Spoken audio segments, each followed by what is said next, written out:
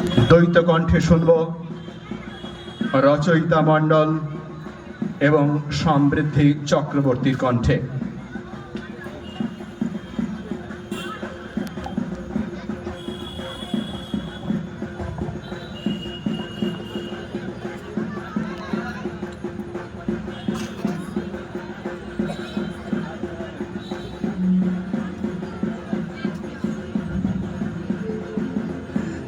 যাজ্ঞ শ্রেণীর খুলছে শাড়ি, টানছে ধরে দুঃশাসন।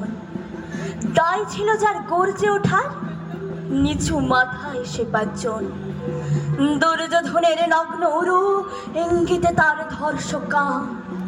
হস্তিনাপুর দেখছে বসে, ধ্বস্ত হতে তার শোনা। অন্ধ রাজা সিংহাসনে, আর তো চেঁচানে বৌমাতার। নিজের দলে নির্যাতনে সব রাজাই হন নির্বিকার। কর্ণ বসে হাসছে, রাজার দলের লোক তো সে। শর্তবিহীন সমর্থনেই তাবৎ আরাম সুখ বসে। ভীষ্ম, দ্রোণ, কৃপ, নীরব, সরকারি লোক হাজার হোক, রাজার কথাই তোমার কথা। তুমি যখন রাজার লোক, খল শকুনি দেখছে সবই, বস্তুত সে ধ্বংস চায়। ঘরের মাটি লাল হয়ে যা, দেশ বিভাগের যন্ত্রণা। সুশীল সভায় ঘটছে যখন রাজ অপরাধে জঘন্য, ঠিক তখনই তার বিরোধে চেঁচিয়ে ওঠেন বিকর্ণ। বিকর্ণ নন কেউ কেটালো, 100 ভাইয়ের একজনা।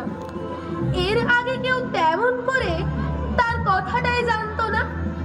যৌতুক গৃহে কারণীরা, অন্তত তা নেই লেখা।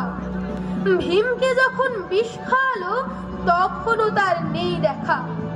কিন্তু যখন প্রকাশ্যেই কাটছে নারীর আপ্রু কেউ, স্তব্ধ জীবের চুপ সাগরে বিকর্ণ হলো একলা ঢেউ।